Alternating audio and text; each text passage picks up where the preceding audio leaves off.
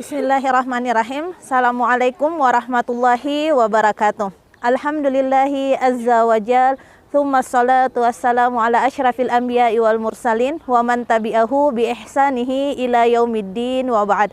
Alhamdulillah, segala puji dan syukur kehadirat Allah Subhanahu wa taala yang pada kesempatan ini memberikan kita begitu banyak nikmat sehingga insya Allah kita dapat melanjutkan kajian tafsir kita dalam kitab tafsir karya Profesor Buya Hamka.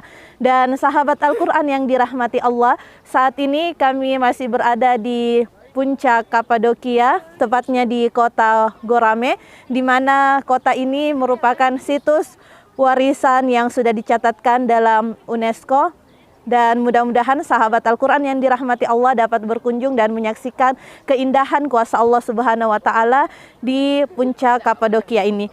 Baik sahabat yang dirahmati Allah, insya Allah kali ini kita akan memasuki kajian tafsir kita, yaitu pada surah Al-Asr yang berarti masa, merupakan surah ke-106 di dalam Al-Quran dan terdiri dari 3 ayat, diturunkan di Mekah sehingga menjadi golongan surah Makkiyah. Baik sahabat Al-Quran yang dimuliakan oleh Allah Subhanahu wa taala, pada pagi kali ini kita akan melanjutkan kajian tafsir kita. A'udzubillahi minasyaitonirrajim. Wal 'asr innal insana lafi khusr illa alladziina aamanu wa 'amilus shalihat wa tawasau bil haqqi wa tawasau bis sabr. Wal 'asr, demi masa. Allah Subhanahu wa taala mengawali surah ini dengan bersumpah demi waktu asar. Dan dalam tafsir Al-Azhar karya Profesor Buya Hamka dijelaskan mengenai asar itu sendiri atau waktu asar, yaitu ketika bayangan kita sudah lebih panjang dari tubuh kita dan matahari sudah menuju untuk tenggelam di ufuk barat. Nah, pada waktu asar ini ada salah satu kebiasaan bangsa Arab ketika itu. Memasuki waktu asar, mereka senang untuk berkumpul bersama keluarga atau kerabat dan sahabat mereka, tetapi ada yang bermasalah dengan kumpul-kumpulnya mereka ketika itu. Ketika mereka kumpul-kumpul, justru mereka membicarakan hal-hal yang buruk. Mereka menggunjing satu dengan yang lain. Mereka menceritakan kejelekan orang lain, kemudian membanggakan diri sendiri. Maka bagi sebagian orang di kalangan Arab ketika itu, waktu asar menjadi waktu yang celaka, menjadi waktu yang buruk. Karena mereka melakukan kegiatan yang tidak bermanfaat ketika waktu asar itu. Namun tentu yang bermasalah bukan waktu asarnya, tetapi yang bermasalah adalah perilaku manusia itu sendiri ketika waktu asar. Maka di dalam Al-Quran surah Al-Asr ini Allah Subhanahu wa taala bersumpah dengan waktu asar agar kita memperhatikan waktu asar, menjauhkan diri dari perbuatan-perbuatan negatif yang bisa kita lakukan ketika memasuki waktu asar. Dan tentu sebagai muslim kita memiliki satu ibadah, yaitu melaksanakan ibadah sholat asar 4 rakaat agar menjauhkan diri kita dari hal-hal negatif dan tidak bermanfaat. Maka inilah yang Allah Subhanahu wa taala angkat sebagai sumpah agar kita memperhatikan waktu asar. Innal insana lafi khusr, bahwa sesungguhnya semua manusia itu berada dalam kerugian. Dalam menjalani kehidupan ini, kita tentu akan rugi serugi-ruginya, sebab hidup yang tidak lama ini ketika tidak dimanfaatkan jalan Allah Subhanahu wa taala, maka kita hanya akan mendapatkan kerugian.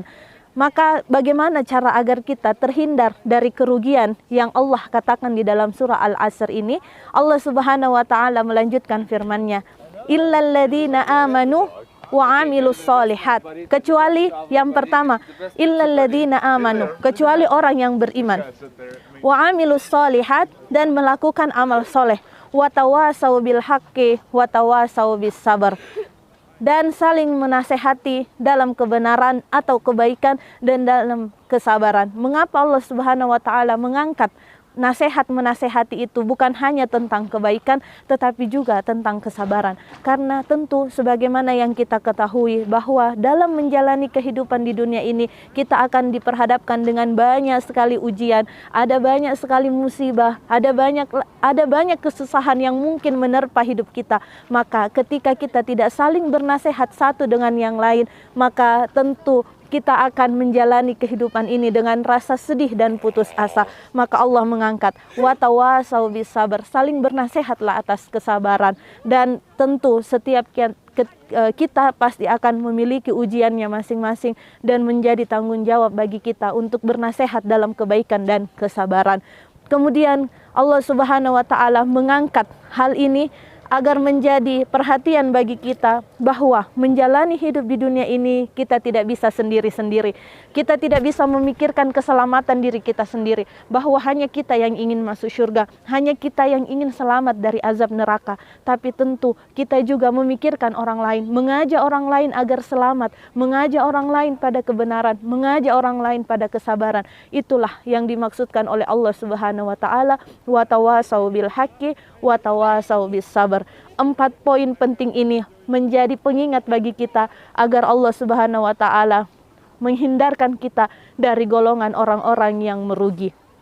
Selanjutnya, sebagai tambahan penjelasan mengenai surah Al-Asr ini, Ibnu Qayyim Al-Jauzi dalam kitab beliau Miftahu Daris Sa'adah, kunci-kunci kebahagiaan, beliau menuliskan setidaknya seorang muslim harus mencapai 4 tahapan kepribadian jiwa untuk mendapatkan ketenangan dan kebahagiaan hidup di dunia ini. Dan 4 kunci ini juga berlandaskan dari firman Allah Subhanahu wa taala dalam surah Al-Asr ini. Apa 4 kunci itu? Yang pertama adalah mengetahui kebenaran. Maka seorang muslim itu harus mengetahui kebenaran. Dia harus mau mempelajari kebenaran yang dikehendaki oleh Allah dan Rasulnya. Kemudian setelah mengetahui kebenaran itu, yang kedua adalah mengamalkannya. Jadi bukan hanya sekedar tahu, tetapi juga mengamalkan. Karena tidak adalah guna dari ilmu, tidak adalah guna dari pengetahuan jika tidak berhasil mengamalkan ilmu tersebut. Kemudian yang ketiga adalah mengajarkan kepada orang lain yang belum mengetahui tentang kebenaran itu, mengajak orang lain untuk juga mengikuti kebenaran itu. Dan yang keempat adalah membiasakan diri dengan kebenaran itu. Apapun kebenaran yang Allah Subhanahu wa taala inginkan melalui lisan Rasulullah, maka kita harus membiasakan diri melakukannya. Itulah kunci kebahagiaan yang Ibnu Qayyim Al-Jauzi tuliskan dalam kitabnya dan berlandaskan dari firman Allah Subhanahu wa taala bahwa ketika kita tidak ingin menjadi golongan orang yang merugi, maka tentu kita harus beriman, beramal soleh, bernasihat pada kebaikan dan kesabaran. Mudah-mudahan 4 hal ini bisa kita amalkan dalam kehidupan kita dan kita menjadi pribadi yang dilindungi oleh Allah Subhanahu wa taala dan terhindar dari golongan orang-orang yang merugi di dalam surah Al-Asr ini. Sebagai penutup dari tafsir kita dalam surah Al-Asr ini, dalam kitab tafsir Ibnu Katsir, sebuah keterangan yang diterima dari At-Tabarani, dijelaskan bahwa tidaklah sahabat-sahabat Rasulullah Sallallahu Alaihi Wasallam bertemu dan berpisah kecuali sebelum mereka berpisah mereka membaca surah Al-Asr ini. Dan Muhammad Abduh menjelaskan bahwa yang dimaksud dalam keterangan ini bukanlah mereka membaca surah Al-Asr ini karena mencari keberkahan dari surah Al-Asr, tetapi karena saling mengingatkan satu sama lain betapa pentingnya surah Al-Asr ini.